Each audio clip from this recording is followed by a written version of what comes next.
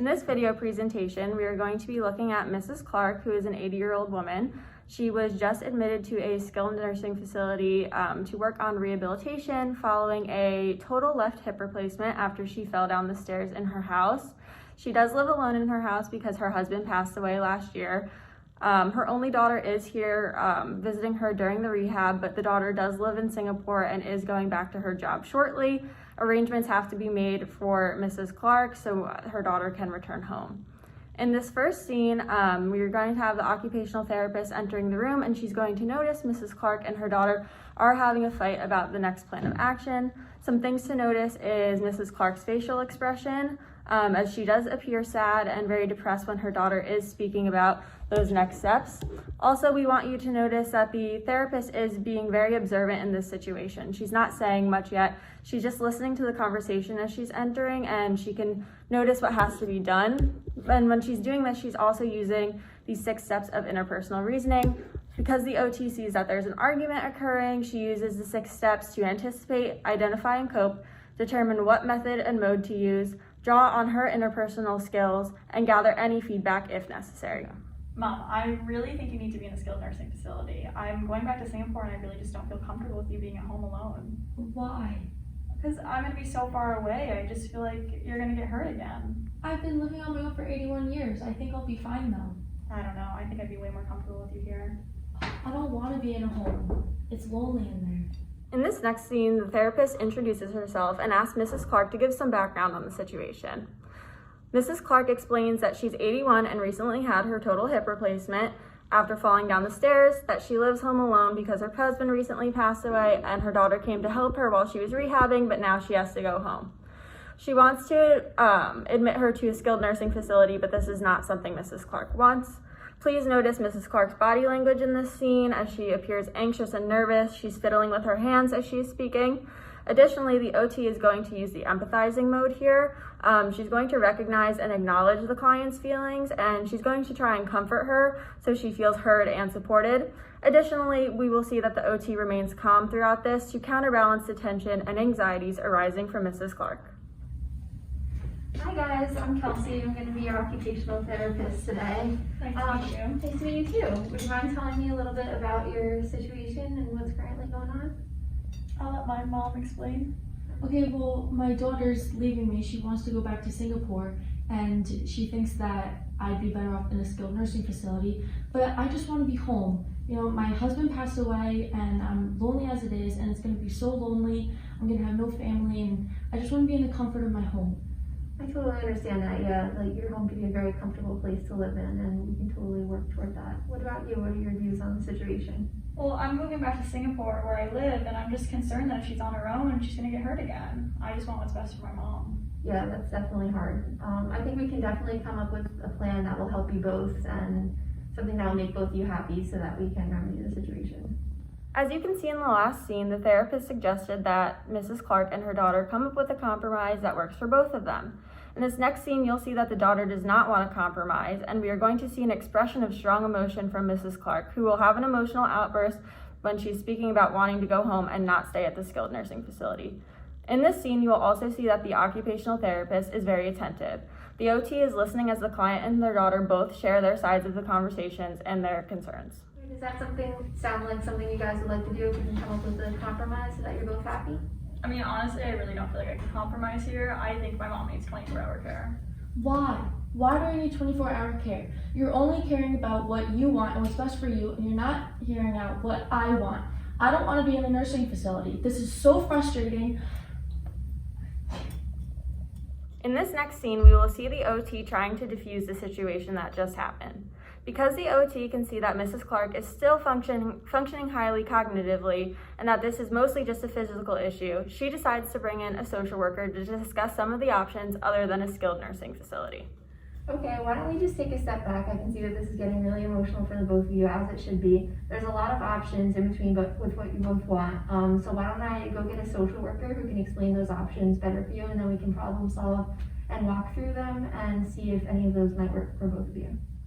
As we see, the OT is using the mode of problem solving here. The OT recognizes that there is validity in both what Mrs. Clark and her daughter is saying. Due to this, she brings in a social worker who can help give the two of them some options other than the skilled nursing facility to go forward with. Some things to notice in this scene is that Mrs. Clark is going to have difficulty with rapport and trust. When the social worker comes in, Mrs. Clark keeps mentioning how young she looks and that anything she says to her is probably a bad idea and she doesn't know what she's talking about. Here we will see the occupational therapist be very reassuring. She reminds Mrs. Clark of the social worker's credentials and helps prove to her that the social worker does know what she is doing, everything she is saying is valid, and she should be trusted. Hi, Mrs. Clark. This is the social worker I was talking to you about. Her name is Carissa. Hi guys, I'm the social worker Carissa, and I'm really excited to be working with you guys today. Is it okay if I sit down with you guys? Sure. I'm sorry, this is ridiculous. You're like 25 years old. What do you know about dealing with an 81-year-old woman? Well, I've known Carissa for a long time, and she has a lot of experience in this area. I think that she could really help you find a good solution for your problem. Alright. Okay. So is it okay if we discuss some of the options? I heard that from the occupational therapist, one of the concerns is moving into a skilled nursing facility. And from what I understand, you're comfortable with the idea. Is that correct? Yeah. Okay. Well, some of the options that I talked with the occupational therapist about that I want to discuss with you guys today is possibly having a home health aide. A home health aide would come to your house and they would assist you with some of your daily living activities. Some other the options that we thought of is adaptive equipment that could be built into your home so they could help you achieve those daily tasks. Are those ideas some things you guys would be open to? Sounds good to me.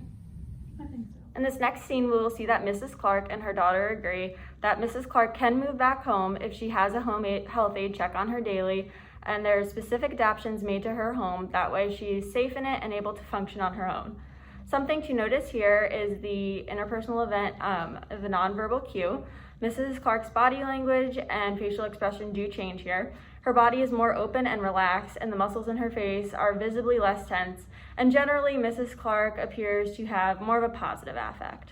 Honestly, home health is a great idea. I didn't even know that was an option for my mom. Do you mind telling me a little bit more about it? Yeah, of course. I'm happy that you like the idea. So with home health, they wouldn't be there 24/7, which I think would be a benefit for both of you. You would get some of that alone time and independence that you're looking for, but at the same time, the home health aide would help her achieve those daily activities, whether that's during the day or at night. And I'm really happy that you guys are open to the idea and that I would be able to share some of it with you.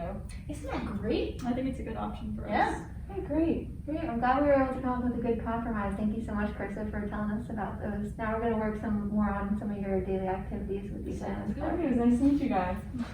After the daughter and the social worker leave the room, the OT begins her treatment session with Mrs. Clark to help her to return to activities that she will need to do when she returns home. Mrs. Clark has expressed concern in the past about being able to climb stairs when she gets home, as this is how her injury occurred. When the OT tells Mrs. Clark that they will practice this today, she becomes very anxious and unwilling to try.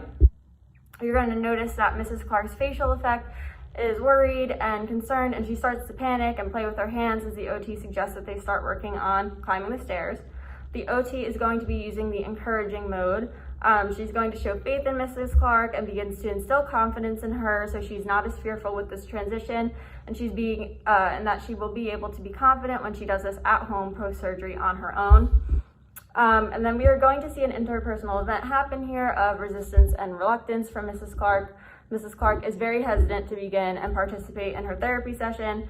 After her fall, Mrs. Clark has been very fearful about this happening again, and this is an idea that scares her. I'm really glad we were able to come up with a solution for you with you and your mom. I'm excited now we get to work on your treatment today. So I know you've been reluctant to try this in the past, but I think you're really ready and we're going to work on climbing the stairs with you today. Oh, stairs? I don't know if I'm ready for that. I think you are. You're really ready. Well, it's been a while and I really don't think I'm ready. I can see you're really nervous, but we've worked on a lot of other stuff in therapy so far that I think will help you get ready for this point. We've worked on walking and building your muscle tone and some other different movements, and I think those building blocks will really help you be able to climb the stairs. And I'll be there if anything happens, and I'll show you how to do it first. And if you're uncomfortable at all during it, then we can stop. But I really think you're ready for this next step. Okay, if you're sure, then that makes me feel better. Okay. After the OT has motivated Mrs. Clark to begin trying to climb the stairs, the OT begins to instruct Mrs. Clark on the safe and effective steps that she will take. She teaches her how to use an adaptive tool called an easy step stair climber. Once she teaches Mrs. Clark She asked her to verbalize the steps that she will need to do to complete this activity. Once the OT feels that Mrs. Clark has a good understanding, she asks her to use the adaptive equipment to climb the first 3 stairs, and this is using the teach back method. Additionally, the OT is going to be using the instructing mode here, where she begins to teach her how to use the adaptive equipment and stair climbing. That way she can do it in a safer manner and avoid the risks of falling down the stairs and injuring herself again. Okay, so our goal for you today is just to climb the first 3 stairs. We're going to start off small. So first I'm going to show you how to use this assistive device. So I'll do it first so you can watch me, and then we'll talk through it a little bit, okay? Okay. Alright, so first you're going to want to place your injured foot on this step. Then you're going to place your right foot firmly on the first step, and you're going to stabilize yourself by holding the left handle and the right handle. Once your foot's firmly on here, you're going to pick your foot up and come on the step. And you're going to repeat that step again. So you put your right foot up, and then your left foot, and then keep going like that. Okay. Do you understand the steps that you have to do? You want to tell me the first step? I think so. Okay, so I'm gonna put my foot here, hold the railing, step. Perfect. You feel comfortable, or do you need any assistance? I feel like I'm gonna fall backwards. No, you're doing a really good Okay. job. Yeah, just stabilize yourself with the handles. Perfect. All right, one more step. I'm doing it! You're doing so good. Awesome, you made it the 3rd step. Great job. Yay! See, you did great today. You were so nervous, and you did such a good job climbing the stairs. I really think that's going to help you a lot more when you transition home next week. How do you feel about it? I know, I really wasn't expecting to feel as confident, but you really helped me, and I'm proud of myself. Great, I'm so glad, and I can't wait to see how you do when you transition home next week. Thank you.